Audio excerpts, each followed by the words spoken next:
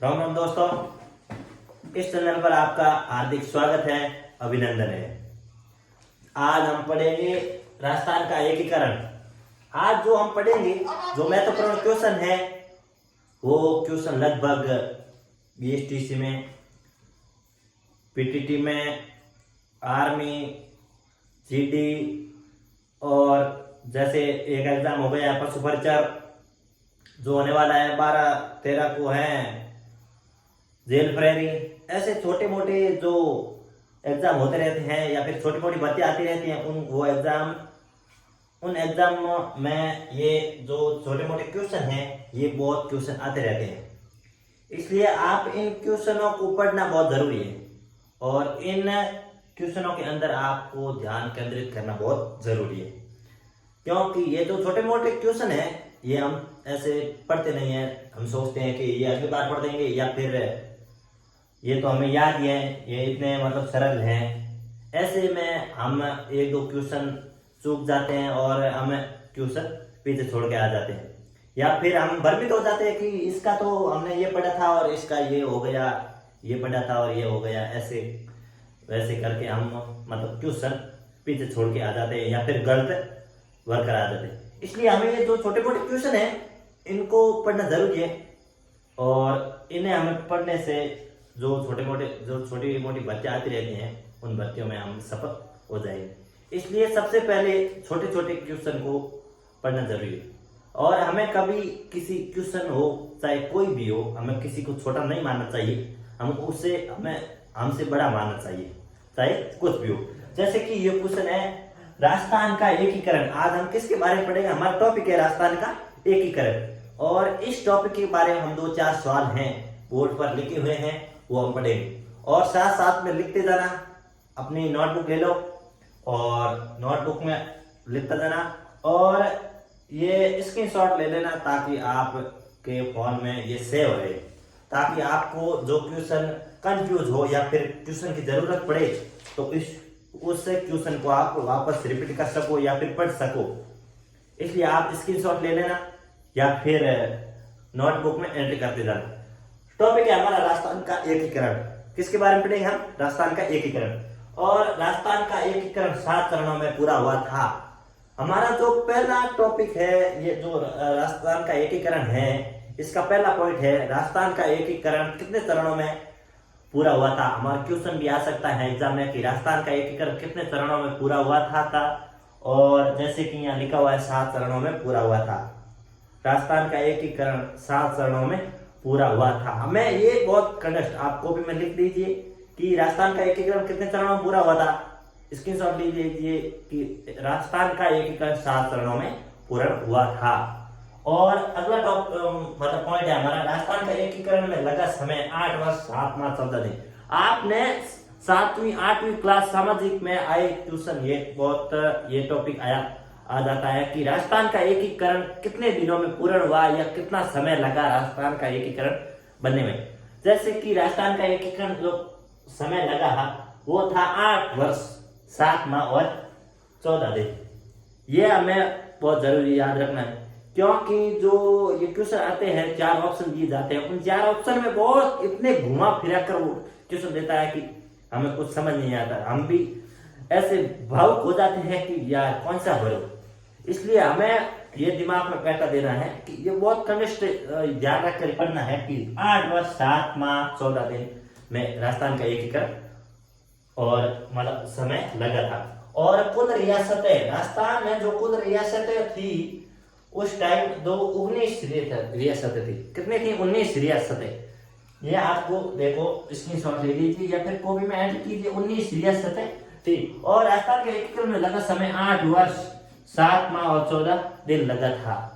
ये आपको बहुत, और ये पूर्ण हुआ था वो 7 चरणों में पूर्ण हुआ था। कितने चरणों में? 7 चरणों में। और 8 वर्ष 14 माह 7 माह और 14 दिन। और कुल रियासत कितनी थी? 19। और कुल ठिकाने वो कितने थे? 3। वो तीनों के नाम दिए गए हैं, जैसे कि पहला है निमराना, दूसरा है लावा और तीसरा है कुशलगढ़। इन तीनों के नाम याद रखने हैं। और ये क्या थे? ये कुल ठिकाने थे, निमराना, लावा और कुशलगढ़। और आगे है देखो केंद्र शासित प्रदेश। उस टाइम केंद्र शासित प्रदेश केवल एक था, वो कौन था? अजमेर मेरवाड़ा। ये आपको बहुत जरूर याद रखना है कि उस टाइम केंद्र शासित प्रदेश कितने थे? एक था अजमेर मेरवाड़ा, ये केवल एक पूरा एक है, अजमेर में था मेरवाड़ा। और आगे है देखो पॉइंट ठिकानों पर शासन निमराना अलवर, जो कछवा वंश में हुआ था। और कुशलगढ़ बांसवाड़ा, जो कुशलगढ़ है वो बांसवाड़ा में है, वो राठौड़ वंश में हुआ था। और लावा है वो टोंक है, वो नरुका वंश। और सबसे छोटा ठिकाना, ये लावा है वो टोंक में है, और ये सबसे छोटा ठिकाना है। या अलग से लिख लेना कि सबसे, क्वेश्चन में ऐसे आ सकता है, पूछ सकते हैं कि सबसे छोटा ठिकाना कौन सा है, या फिर एबीसीडी में भी जा सकता है कि लावा सबसे बड़ा था या छोटा था, कौन सा भी, कुछ भी पूछ सकता है। इसलिए हमें तीनों चारों और क्वेश्चन घुमाकर हमें याद करना चाहिए। जैसे कि ये लावा है वो टॉप में है और वे सबसे छोटा ठिकाना है। और रियासत विभाग जो 5 जुलाई 1947 को की थी, जो ये लिखा है रियासत विभाग, वो 5 जुलाई 1947 को थी। हमारा देश आजाद कब हुआ था? आप सब कमेंट कीजिए कि हमारा देश है वो आजाद कब हुआ था। कई लोग ये भी भूल गए कि हमारा देश कब आजाद हुआ था, और आजाद कराने में किन किन लोगों ने अपनी बलि दे दी थी, मतलब उन्होंने अपना पूरा जीवन बलिदान दे दिया था। आज हम इतने आजाद हैं, इतने स्वतंत्र हैं, वो किसके कारण है, किन लोगों के कारण है?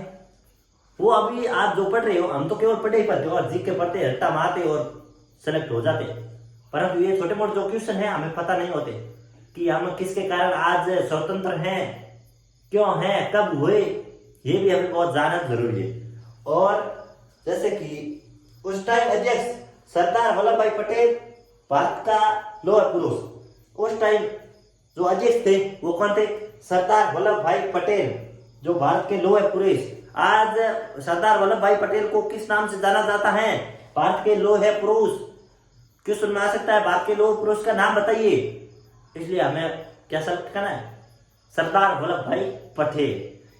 और जो है सबसे प्राचीन रियासत है, वो सबसे प्राचीन रियासत कौन सी है? मेवाड़ सबसे प्राचीन रियासत है, सबसे प्राचीन रियासत है मेवाड़। ये भी क्वेश्चन में आ सकता है, सबसे प्राचीन रियासत है मेवाड़ है। और सबसे नवीन रियासत कौन सी है? झालावाड़, जो 1838 में बनी थी।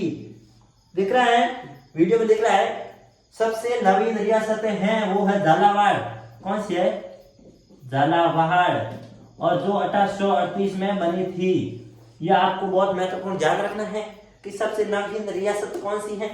जैसे कि झालावाड़ वो कब बनी थी, कब ही? ये वो थी 1838 में। इसलिए ये आपको सब स्क्रीनशॉट ले लेना है या फिर वीडियो सेव कर लेना है, और आपको ये बहुत जरूर पढ़ना है, क्योंकि ये छोटे मोटे क्वेश्चन हर एग्जाम में आते रहते हैं, इसलिए आपको ध्यान में रखकर ये बहुत पढ़ना जरूरी है। और जैसे कि छोटे मोटे एग्जाम होते रहते हैं, इसलिए हमें टाइम पीरियड या फिर टाइम टेबल बनाकर ये छोटे मोटे क्वेश्चन बहुत जरूरी पढ़ना है। आप छोटे मोटे क्वेश्चन हैं जो आप पीछे बहुत छोड़ते हो। इसलिए हमारा वीडियो कैसे लगा, और कुछ भूल चूक हुई हो तो माफ करना, छोटा भाई मानकर। और